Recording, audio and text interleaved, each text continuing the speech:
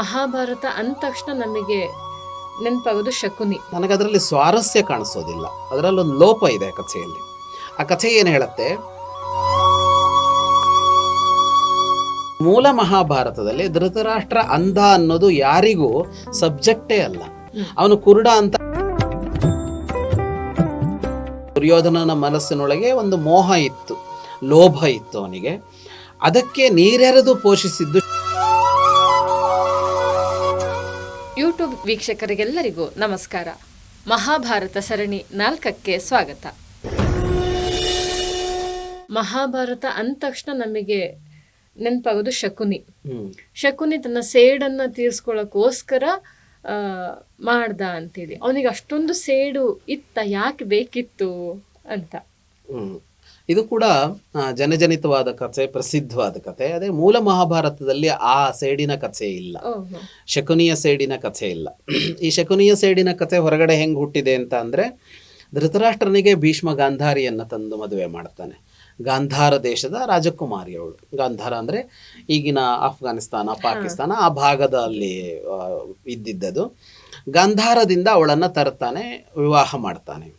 ಆ ಕಥೆ ಯಾಕೆ ಹುಟ್ಟಿದೆ ಅಂತ ಅಂದರೆ, ಈ ಕಥೆ ಇದೆಯಲ್ಲ, ಪ್ರಸಿದ್ಧವಾದ ಶಕುನಿಯ ದ್ವೇಷದ ಕಥೆ ಇದೆಯಲ್ಲ, ನನಗದರಲ್ಲಿ ಸ್ವಾರಸ್ಯ ಕಾಣಿಸೋದಿಲ್ಲ, ಅದರಲ್ಲೊಂದು ಲೋಪ ಇದೆ ಕಥೆಯಲ್ಲಿ. ಆ ಕಥೆ ಏನು ಹೇಳುತ್ತೆ, ಈಗ ಧೃತರಾಷ್ಟ್ರ ಕುರುಡ, ರಾಜಕುಮಾರಿಯನ್ನ ಭೀಷ್ಮ ತನ್ನ ಸಾಮರ್ಥ್ಯದಿಂದಾಗಿ ಒಬ್ಬ ಕುರುಡನಿಗೆ ತಂದು ಕಟ್ಟದ, ಅದಕ್ಕಾಗಿ ಅವರಿಗೆ ದ್ವೇಷ ಬಂತು ಇವ್ರ ಮೇಲೆ ಅಂತ ಕಥೆ ಹೇಳುತ್ತೆ.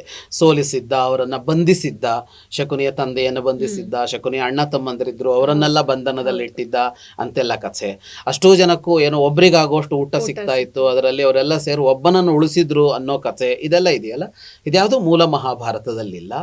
ಮತ್ತು ನಾವು ಹಿಂದೆ ಒಂದು ಸಂಚಿಕೆಯಲ್ಲಿ ಗಣಪತಿಯ ಕುರಿತು ಮಾತನಾಡುವಾಗ ಕಥೆ ಸೊಗಸಾಗಿದೆ ಅಂತ ಹೇಳಿದ್ವಲ್ಲ, ಈ ಕಥೆ ನನಗೆ ಸೊಗಸು ಅಂತ ಅನಿಸೋದಿಲ್ಲ. ಯಾಕೆಂದರೆ ಇದರಲ್ಲಿ ಇದು ಸಂವೇದನಾಪೂರ್ಣವಾಗಿಲ್ಲ. ಇದು ಏನು ಅಂತ ಅಂದರೆ, ಒಬ್ಬ ಕುರುಡನನ್ನು ಒಬ್ಬ ರಾಜಕುಮಾರಿ ಮದುವೆ ಆಗಬಾರದು ಅಂತ ಹೇಳುವ ಕಥೆ ಇದೆಯಲ್ಲ, ಅದು ಕೆಟ್ಟ ಸಂದೇಶ ಕೊಡುತ್ತೆ.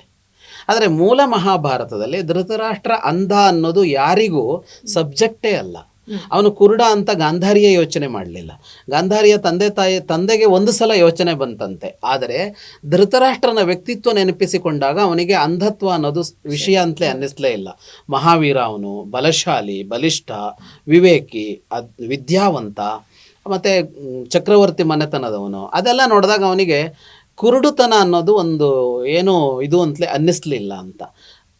ಇದೇ ಕೊಡಬೇಕಾಗಿರೋದು. ಅಂದರೆ ಯಾವುದೋ ಒಂದು ವೈಕಲ್ಯ ಇರುತ್ತೆ, ಯಾವುದೋ ಒಂದು ಕೊರತೆ ಇರುತ್ತೆ ಒಬ್ಬನಲ್ಲಿ ಅನ್ನೋ ಕಾರಣಕ್ಕಾಗಿ ಅವನನ್ನು ರಿಜೆಕ್ಟ್ ಮಾಡಬಾರದು. ಅಂದರೆ ವಿವಾಹಕ್ಕೆ ಅಂತ ಮಾತ್ರ ಅಲ್ಲ ನಾನು ಹೇಳ್ತಾ ಇರೋದು, ಯಾವುದೇ ತರಹದಲ್ಲಿ ಇವನು ಅನ್ಫಿಟ್ ಅಂತ ತೀರ್ಮಾನ ಮಾಡಬಾರದು ಅಂತ.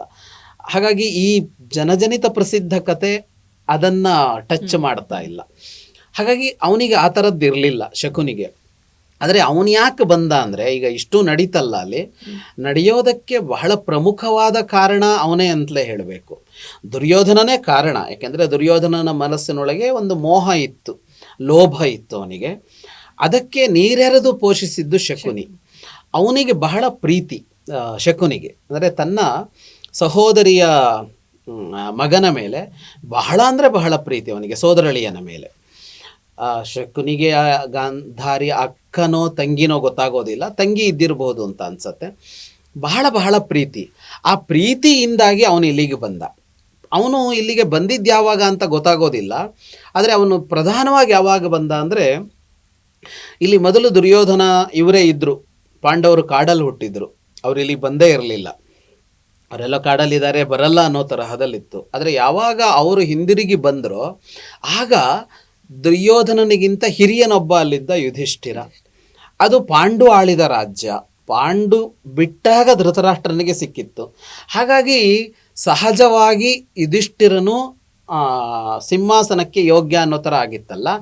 ಆಗ ತನ್ನ ಸೋದರಳಿಯನಿಗೆ ಇದು ತಪ್ಪಿ ಹೋಗುತ್ತೆ ಅನ್ನುವ ಕಾರಣಕ್ಕಾಗಿ ಬಂದವನು. ಅದರಿಂದ ಶಕುನಿ ಕುರುವಂಶದ ಮೇಲಿನ ದ್ವೇಷದಿಂದ ಬರಲಿಲ್ಲ, ಅವನು ಪ್ರೀತಿಯಿಂದಲೇ ಬಂದಿದ್ದಾನೆ.